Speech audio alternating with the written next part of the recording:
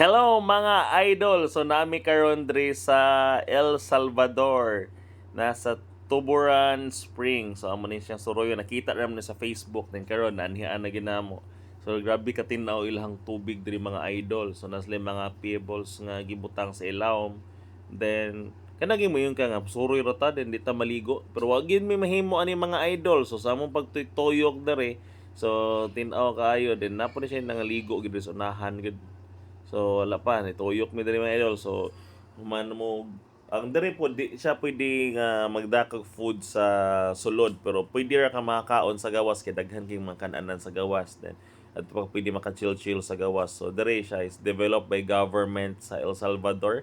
Then ngani siya katin-aw mga idol then kani siya kay gikan ni siya nga tubig sa dao tree nga kani daw ang ilang kahoy diri mga idol is kana kanang dako kay nga kahoy mga idol wala makita pa diha. So more than 500 years old tree na daw na siya. Then kana lagi mo yun ka nga di ka maligo. Then pagkita na mo sa tubig perting nindota walay nahimo kapakapa okay din nindot siya nga pagka-spring kay dili kay siya yung bugnaw jud kayo nga sakto lang nga di kay makatagam ang kabugnaw.